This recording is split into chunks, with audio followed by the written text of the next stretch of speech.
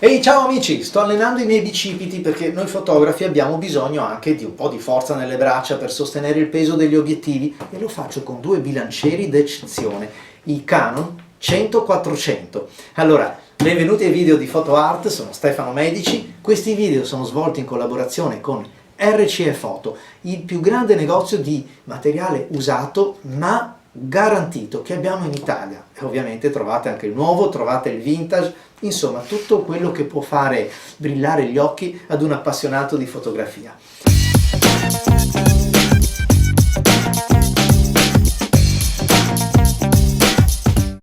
Allora, dicevamo 100-400, ne esistono due versioni, quella precedente, la serie 1 e la serie 2. Sono due obiettivi spettacolari, bellissimi, magnifici e li mettiamo a confronto per capire che cosa guadagno comprando la seconda serie oppure se mi può andare bene la prima perché alcune cose possono insomma essere trascurabili per il mio mondo fotografico, anche perché la differenza di prezzo effettivamente si sente tra l'acquisto di un obiettivo usato 100-400 prima serie ed un obiettivo nuovo 100-400 seconda serie, la differenza c'è ed è una differenza pesante. Vale tutti quei soldi? Lo vediamo subito. Analizziamo un pochettino gli obiettivi. Allora, innanzitutto sono due zoom 4x100-400. Non è variato niente sotto l'aspetto diciamo della performance, partono da un diaframma 4.5 fino a un 5.6, però questo obiettivo, la prima serie, un obiettivo veramente molto bello, guardatevi il video che ho realizzato qualche giorno fa, è un obiettivo molto bello ma qualche piccola pecca, cioè qualche cosa da migliorare c'era, non certo nella qualità dell'immagine, non certo nella fotografia, colori squillanti, belli, un contrasto grintoso, molto bello, poi utilizzabile fino ai 400 mm senza grosse cadute, anzi devo dire con una qualità molto costante, un vero plauso a Canon. Che cosa andava migliorato? Alcuni aspetti che qui ritroviamo. Allora, prima di tutto, qui abbiamo un meccanismo a pompa, lo zoom si estende così e questo, come vi ho mostrato, ci determina alcuni fattori un po' negativi. Il primo qual è? Che è un aspirapolvere. Ai ai ai, ogni volta che utilizziamo degli zoom a pompa significa che nei movimenti introitiamo polvere. Possiamo rendere stagni quanto vogliamo i gruppi di lenti e tutto il complesso meccanico all'interno, però un po' di polvere inevitabilmente entra. Secondo aspetto, che si estendono molto perché a questo punto il gruppo di fuoco che abbiamo delle lenti per arrivare a 400 deve estendersi e se, come in questo caso, di questo obiettivo, il gruppo potente delle lenti, quelle frontali, ce l'abbiamo qua che si muove in solido con la parte anteriore, significa che il peso aumenta proprio in là e quindi ci fa cadere un pochettino l'immagine, ci rende più pesante, più laborioso, sia l'inquadratura perché è più faticoso, pesa di più, mentre invece se lo concentriamo così il peso è raccolto. Il terzo problema, noto a tutti, è quello che se devo inquadrare in alto è così, è peggio ancora quando sono in giro, che ho fotografato, metto la macchina giù, boom, là. Questo veramente mi rompe le scatole, però anche in questo caso Canon ha provveduto con questo anello, vado a stringere, a serrare il mio obiettivo alla lunghezza focale che desidero e non si muove più.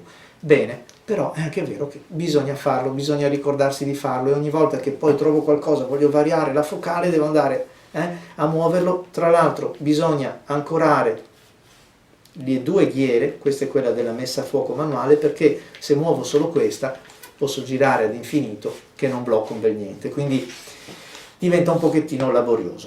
Questi tre problemi sono stati risolti su questa seconda serie, perché la seconda serie, come vedete, fa sporgere soltanto una parte ben diversa di queste, si estende per molto meno peso e quindi il bilanciamento resta ottimale anche quando siamo a 400 mm. Grazie ai progettisti Canon, sono molto contento.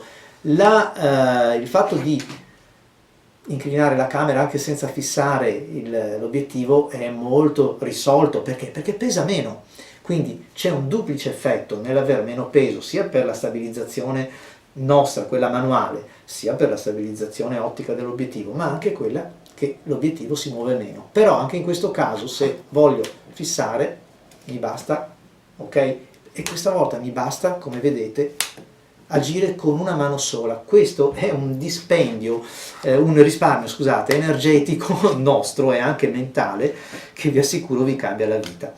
Poi c'è anche un altro aspetto, come dicevamo, sia il peso sia il fatto che la ghiera manuale. Questa è l'unica cosa che purtroppo, devo dire la verità, è stata sacrificata, perché la ghiera per il fuoco manuale, che sulla prima serie troviamo qua, vedete, quindi a metà strada dell'obiettivo, qui la troviamo un pochettino più ravvicinata, e quando montiamo l'obiettivo su una camera non è, per via dell'aggancio, non è facile andare a toccare qua, perché siamo proprio sotto la piastra del cavalletto, è meno agevole. Vabbè, chi se ne importa. In compenso abbiamo guadagnato invece una ghiera per la variazione della focale molto più ampia, molto più facilmente rintracciabile quando stiamo lavorando nel mirino della fotocamera. Qui invece è un pochettino più corta, più piccola, però anche in questo caso si sente che è ben raggiungibile ed è ben segnalata anche dal punto di vista tattile. Cosa cambia ancora?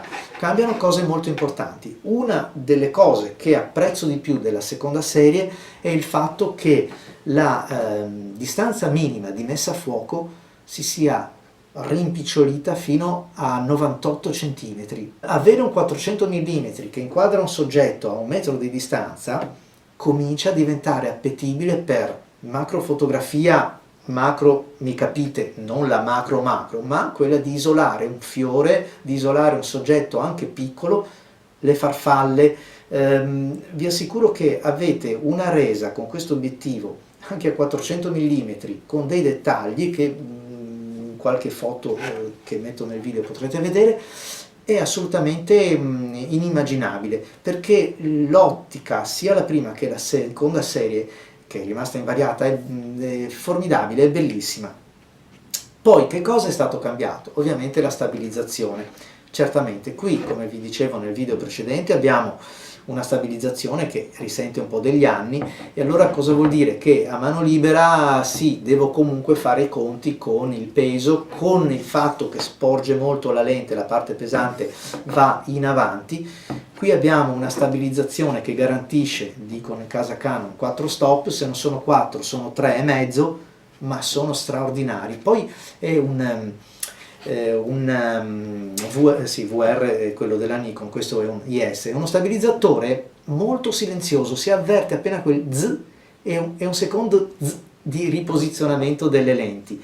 Qui per esempio non solo è più rumoroso, meno efficace, più invasivo, e anche più invasivo nel mirino, lo vediamo muoversi più di quanto non avvenga qui. Qui ci sono 3 modalità, per esempio, di stabilizzazione. Con la terza sapete che si attiva solo al momento dello scatto. Non solo, è uno stabilizzatore che riconosce quando è sul cavalletto, quindi si attiva e non si attiva a seconda della stabilità che il giroscopio percepisce. Quindi è fatto veramente molto bene. Altre differenze fra i due? Sì, è cambiato un pochettino il limiter, per fortuna, come vi dicevo nel video di questo. 4 switch sono stati soltanto riposizionati perché è stato riconfigurato tutto l'obiettivo, anche lo schema ottico è stato un po' aggiornato. È vero che è un pochettino più nitido, però ve ne accorgete soltanto quando li mettete uno a fianco all'altro, perché questo, la prima serie, lavora così bene che non vi fa sentire alcuna mancanza. È chiaro che quando andate a prendere in mano questo e lo confrontate, la categoria è diversa, è più moderno, è ancora più nitido, ancora più croccante, più squillante, i colori sono più vibranti, è più bello. Poi certo, vi dicevo, lo stabilizzatore molto più evoluto, più silenzioso, il limiter è cambiato, finalmente è arrivato un limiter molto più prossimo all'utilizzo dell'obiettivo, 3 metri, non 6,5 metri, 6,5 metri mi mette un po' in difficoltà. Che cosa è cambiato ancora? Il lavoro con i converter.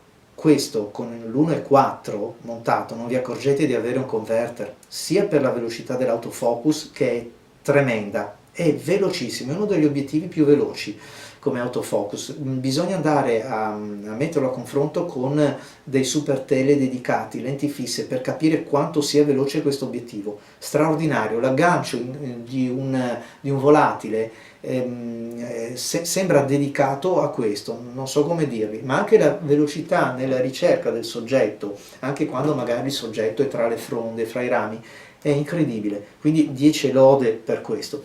Vi dicevo, l'autofocus anche con un converter non perde quasi niente, col 2x sappiamo che non possiamo usarlo perché è un f5.6, quindi non lavora più l'autofocus, ma con 1.4 avete un 600 mm, se addirittura lo montiamo su una 7D o una 80D diventa un 800, quindi ha voglia di quello che possiamo tirare fuori da un obiettivo come questo.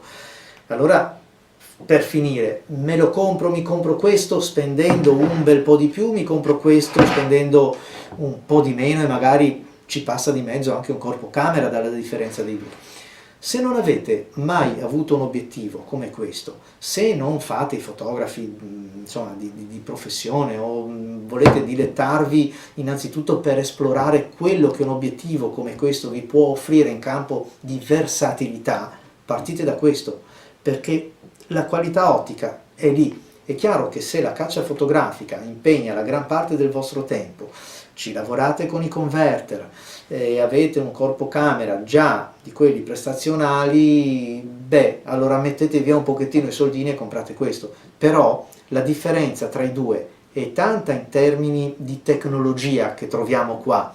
In quella ottica direi che non vale la pena e che sarete ampiamente soddisfatti anche con un obiettivo della prima serie Canon. Grazie a tutti per aver visto il video di PhotoArt, iscrivetevi al canale se vi piace, l'appuntamento è al prossimo video. Buona luce a tutti, ciao!